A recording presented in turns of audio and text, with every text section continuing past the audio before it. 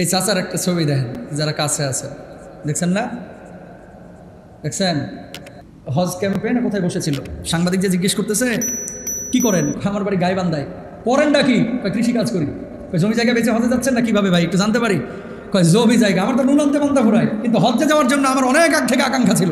তো বলছে তাহলে কেমন টাকা ম্যানেজ করলেন, কেউ দিছে নাকি বদলি হজটা? না ভাই, কিছু গাছ লাগাইছিলাম এই নিয়ত করে যে এই গাছগুলো বড় হলে বেচবো, তারপর হজে যাবো। আল্লাহু আকবার বলেন না? আমি রাত্রিবেলায় মাঝে মাঝে গাছগুলোর ধারে যাইতাম, যে গাছটারে ধরে থাকতাম যে আর কতদিন সময় লাগবে রে, তাড়াতাড়ি বড় হ কাইটা তোরে বেঁচে আমি আল্লাহর ঘরে হাজিরা দিতে যাবো। চাওয়ার মতো চাইলে আল্লাহ কাউকে নিরাশ করে না। এই আল্লাহ যদি চায় আপনারা কেউ কি আটকে রাখতে পারবে? প্রিয় ভাইরা আমার, এখন কিসের মৌসুম চলতেছে? হজ্জের। কিসের মৌসুম? হজ্জের। একটা বিষয়, হজ্জের যেহেতু মৌসুম, হজ এটা আল্লাহ সুবহানাহু ওয়া তাআলার পক্ষ থেকে আপনার উপরে প্রদত্ত একটি ফরজ বিধান। কি বিধান? ফরজ বিধান। রব্বুল আলামিন কি বলছেন? ওয়ালিল্লাহি আলান নাসি হজ্জুল বাইতি মান ইসতাতা ইলাইহি সাবিলা। আল্লাহু আকবার। যাদের সামর্থ্য আছে আল্লাহ রাব্বুল আলামিন তাদের উপর হজকে আবশ্যক করে দিয়েছেন। কি সামর্থ্য? সৌদি আরব যাবেন, আসবেন, ওখানে থাকবেন, খাবার দাবার খাবেন, এই পরিমাণ টাকা যদি আপনার উপরে থাকে, আপনার কাছে যদি থাকে, আপনি হজ্জে যাওয়ার পরে পরিবারের সদস্যরা দুনিয়ার যে সমস্ত সামানা তাদের প্রয়োজন সেগুলো যদি বন্দোবস্ত করতে পারে, আল্লাহ রাব্বুল আলামিন আপনার উপর হজ ফরজ করেছেন, আবশ্যক করেছেন। সুতরাং কেউ যদি হজ না করে তারা জাহান্নামের আগুনে জ্বলতে হবে। আর যে ব্যক্তি হজ করবে, হজটা যদি মকবুল হয়, আল্লাহর নবী বলছেন পৃথিবীতে যখন এসেছিল তখন যেমন নিষ্পাপ ছিল, ওই বাইতুল্লাহ জিয়ারতের পরে আল্লাহ রাব্বুল আলামিন তারা সেই রকম নিষ্পাপ বানিয়ে দেবে। সেরকম নিষ্পাপ আল্লাহ সুবহানাহু ওয়া তাআলা বানিয়ে দেবে। হুজুর হজ তো করার মন আছে, মাল তো নাই। আছে না নাই? জোরে বলেন। আছে। ছবি দেখায় দাঁড়ান, শিক্ষার আছে। এই চাচার একটা ছবি দেখেন, যারা কাছে আছে দেখছেন না? দেখছেন হজ ক্যাম্পে না কোথায় বসেছিল, সাংবাদিক যে জিজ্ঞেস করতেছে কি করেন, আমার বাড়ি গাইবান্ধায়। পড়েন ডাকি, কৃষি কাজ করি। জমি জায়গা বেঁচে হজে যাচ্ছেন না কিভাবে ভাই, একটু জানতে পারি? জমি জায়গা আমার তো নুনান্তে বান্ধা ঘুরায়, কিন্তু হজ্জে যাওয়ার জন্য আমার অনেক আগ থেকে আকাঙ্ক্ষা ছিল। তো বলছে তাহলে কেমন টাকা ম্যানেজ করলেন, কেউ দিছে নাকি বদলি হজটা? না ভাই, কিছু গাছ লাগাইছিলাম এই নিয়ত করে যে এই গাছগুলো বড় হলে বেচবো, তারপর হজে যাবো। আল্লাহু আকবার বলেন না? এই আল্লাহ যদি চায় আপনারা কেউ কি আটকে রাখতে পারবে? ধরেন আল্লাহ আপনারা বাইতুল্লাহ নিবে, পিডিয়া হলেও নিয়ে যাবি না।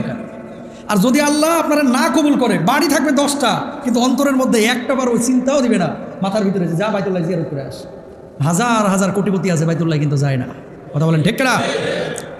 2014 সাল কি 13 সালের কথা, আমি তখন জেদ্দায় একটা প্রোগ্রামে, ওখানে একটা হোটেল আছে হিলটন, সাগরের ধারে, বিশাল হোটেল। তো বাংলাদেশ থেকে অনেক সময় সরকারি সফরে কিছু লোক যায় না, একজন ঊর্ধ্বতন কর্মকর্তা গিয়েছে। তো তাকে সৌদি সরকার টিকিট দিছে, ওখান থেকে গাড়ি নিয়ে হোটেলে পৌঁছাইছে। হোটেলে ভিআইপি ফ্যাসিলিটি সব, আন্তর্জাতিক কনফারেন্সে ওখানে গিয়েছে। তো আমার তো উমরা হয়ে গেছে আগে, আমি অন্য কাজে গিয়েছিলাম। আমি ওনারে বললাম যে মোহতারাম, জেদ্দা থেকে মক্কার দূরত্ব মাত্র 60-62 কিলো 65 কিলো। তো আপনারা তো সরকার গাড়ি দিয়েছে, সব সুযোগ সুবিধা এবং উমরার ব্যবস্থা আপনাদের লেগে করে রাখছে, কেউ যদি যাইতে চায় তাকে সরকারি নিয়ে যাবে। তো হোটেল থেকে নাইমে সরকারি গাড়ি দিয়ে যে উমরাটা করে চলে আসেন, সৌদি সরকার যেহেতু আপনাদের ব্যবস্থা করে রাখছে। শরীরটা ভালো লাগতেছে না, মনে চাই না। নাউজুবিল্লাহ এখানে করেন না, পকেটে ঢুকায় রাখেন। বাড়িতে যায় নাউজুবিল্লাহ, জোরে বলেন জোরে নাউজুবিল্লাহ। বিশ্বাস করেন উমরাই করে নাই, 4টা দিন ওখানে থাকলো, 60 কিলোমিটার সরকার গাড়ি দিছে, উমরা না করে বাংলাদেশে চলে এসেছে। তার মানে আমার বুঝতে বাকি রইল না। আরে আমরা চাইলে কি হবে, তোর কলিজার মধ্যে আগেই তো সিল মেরে রাখছে। তুই যদিও সৌদি গেছোস, আবু জাহেলের প্রেতাত্মা তোর ভিতরে এখনো ঢুকে বসে রয়েছে। কথা বলেন ঠিক না? এবং বাইতুল্লাহ জিয়ারত এটা আল্লাহ তাআলা সবাইকে কবুল করেন না, যাদেরকে কবুল করেন তারাই কিন্তু যেতে পারে। যেখান থেকে আসলে কথাটা, এই ভদ্রলোককে জিজ্ঞেস করছি এত টাকা কোথায় পাইলেন? তিনি বলছেন যে আমি আমার ক্ষেতের আইল বরাবর কিছু জায়গায় 18 বছর আগে কিছু গাছ লাগাইছিলাম। কালেক্টর সহ কিছু গাছ যখন আমি লাগানোর পরে গত বছর যখন রেজিস্ট্রেশন শুরু হলো, একটা গাছ কেটে বেচলাম, 30,000 টাকা পাইলাম। ওটা দিয়ে হজের রেজিস্ট্রেশন করে ফেললাম। আলহামদুলিল্লাহ বলেন। আচ্ছা, এখন বাকি টাকা কিভাবে পাবো? একটা গাছের দাম যদি 30,000 টাকা হয়, আমার এখানে আরও অনেকগুলো গাছ আছে। তো বললো যে আমি প্রথমে 22টা তারপর 20টা গাছ কাটলাম। প্রথমে কাটলো 22টা, তারপরে কাটলো কয়টা? 20টা, 42টা গাছ কাটলো। 42টা গাছ কাইটে দেখে যে হজ্জের লেগে টাকা রেডি। আলহামদুলিল্লাহ বলেন না?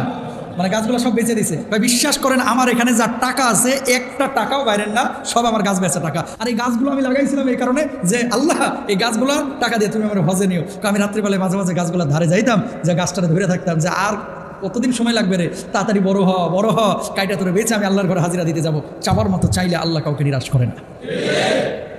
উনি যদি 42টা গাছ বেঁচে হজ্জে যেতে পারে, আপনি আমি সামান্য করে সঞ্চয় করতে পারি কি পারি না?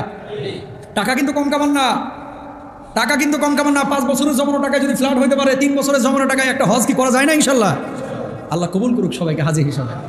প্রিয় ভাইরা, আবার হজ রাসূল আকরাম সাল্লাল্লাহু আলাইহি ওয়াসাল্লাম আল্লাহ সুবহানাহু ওয়া তাআলা দুজনেই করতে বলেছেন। আল্লাহ তো বলেছেন আগে ওয়াতিমুল হাজ্জা ওয়াল উমরাতা লিল্লাহ। হজ্জের প্রশ্ন যখনই আসে কিছু কিছু মানুষ কিন্তু এমন কথা বলে, হ্যাঁ পাশের বাড়ির মানুষ ভাত পায় না, আরে যায় প্রতি বছর আল্লাহর ঘরে হাজিরা দিতে। কথা বলছেন, এরকম ঠেস মেরে কথা বলে এগুলো বলবেন না। কেন?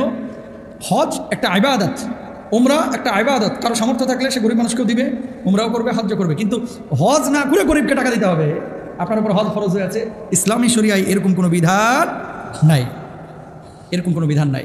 আল্লাহর হাবিব সাল্লাল্লাহু আলাইহি ওয়াসাল্লাম ওই যে মক্কা বিজয়ের যে প্রেক্ষাপট, হুদাইবিয়ার সন্ধি যেখানে হয়েছিল, সুলহ হুদাইবিয়া যেখানে সংগঠিত হয়েছিল, সাহাবীরা চাতক পাখির মতো এসেছিলেন যে আজকে আমরা হজ করবো, এই আল্লাহর ঘরে হাজিরা দিব। যখন কাফেররা আটকায় দিল, সাহাবীরা কাঁদতেছে। আরে সেই মদিনা থেকে মক্কার দূরত্ব কত কিলোমিটার জানেন? প্রায় 450 থেকে 480 কিলোমিটার হয়, বুঝছেন? তো এত দূর পথ হেঁটে উটের পিঠে চড়ে আসলাম, আর আমাদেরকে হজ করতে দিবে না? আল্লাহ রাসূল সাল্লাল্লাহু আলাইহি ওয়াসাল্লাম বললেন, ইয়া রাসূলুল্লাহ, আপনি পারমিশন দেন, এদের সাথে আমরা যুদ্ধ করব। আল্লাহর নবী বললেন যে না, যুদ্ধ করার দরকার নেই, আল্লাহ সুবহানাহু ওয়া তাআলা যে ফয়সালা করবে আমি মেনে নিব। নবীজি সন্ধির পরে বলতেছে সবাই মাথা কামিয়ে নিজ নিজ পশুগুলো কুরবানি করে ফেল। কোনো সাহাবী রাজি হচ্ছেন।